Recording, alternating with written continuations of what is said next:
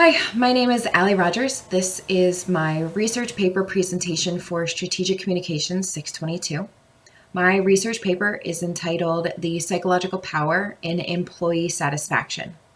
Essentially, the paper talks about how humans are hardwired to have personal emotions, perceptions, attitudes, beliefs, and values influence their ability to perform in the workplace, as well as the fact that positive and negative atmospheres, whether created by leadership or the organizational culture, have the potential to disrupt or enhance an employee's ability to perform. So, the unconscious and unintentional psyche influences everyday behavior. Attributes and characteristics that have been ingrained in a person from childhood continue to grow through experience and exposure. These attitudes, values, emotions, and perceptions aren't always controllable, but they are ever changing and dynamic. They're also important factors that influence organizational behavior. So, our book talks about this ripple effect. On page 158, Griffin says, "Our beliefs and feelings about something influence our attitudes about it. Our attitudes then affect our behavior through our intentions." Taking that a step forward, it's reasonable to say that our behavior then will impact whether or not we are perceived or whether or not we are deemed to be a performer or non-performer in the workplace, and then ultimately impact the organization's success. So let's start at the beginning. What's a perception? The authors of our textbook say that perception is a set of processes by which a person becomes aware of and interprets information about the environment. But as we're aware, with assumptions, which is a type of perception, it's not always accurate. The way we see things are skewed by the information available, nonverbal cues, and then also our own experience through the years. And of course, we also see this not only in just assumptions, but also in stereotypes. So when it comes to attitudes, it's a complex beliefs and feelings that people have about specific ideas, situation, or people.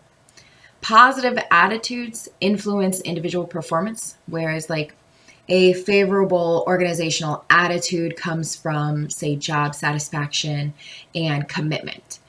But when an organization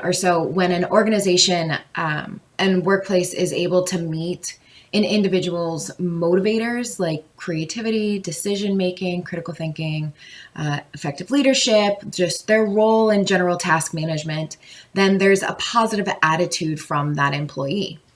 Conversely, if these motivators aren't met, and there's a unjust environment, or an employee perceives the situation as being unjust, in that maybe tasks aren't delegated to them, their role isn't as satisfying as they would like it to be, or there's lack of trust and fluid communication, then these motivators aren't met and employees can be non-performers, and the organization's overall success is going to suffer.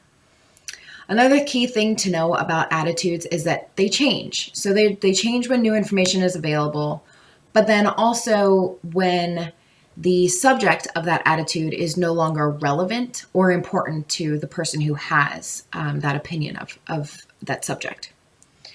On emotions and moods, they're not predictable and they're really difficult to control. So these involve not only psychological components, but also physiological and chemical, which is why they're difficult to to kind of predict when they're going to happen. So Griffin defines emotions as an intense but short-term reaction to a specific object, person, or event, where mood, on the other hand, is a short-term emotional state, not necessarily directed at anything in particular. Emotions can be highly complex and influenced by factors around a person. They're highly suggestible by an environment. So An otherwise happy person or satisfied employee may become upset or dissatisfied in their work environment if their coworkers or the people sitting next to them, say at the same desk workspace or in the neighboring cube, if that person is unsatisfied with their work environment or unhappy with the organization, it's going to bleed over. Understanding the personalities of employees and the complexities of an organization will help managers identify who's at risk for these emotional bleeds. So, who is going to be more susceptible to the influence of the neighboring person. Another key thing to know is that the measurement of an employee's satisfaction varies. It varies widely in individuals. So it can be leadership, coworkers, the pay, raises, as I said earlier, task delegation, and roles on teams. But the one thing that remains constant is the behavior of an employee will always align with the overall opinion of the workplace satisfaction. So kind of tying some of these pieces together, the organizational climate has to include an individual's psychological and emotional health for all the reasons that I just mentioned before. Satisfied employees are performer. Unsatisfied employees are non-performers, and the overall goal is obviously organizational success. So in my own experience, organizations have both performers and non-performers. It's just the nature of the beast. And there always needs to be some type of management involvement to influence a positive culture. In the federal government, there are FEV surveys and employee advisory councils that go through to identify what's working and what's not working in organizations. But there always seems to be perception of inequality. Promotions are a big problem, delegation of tasks and roles on teams. Those are the big issues that tend to be constant.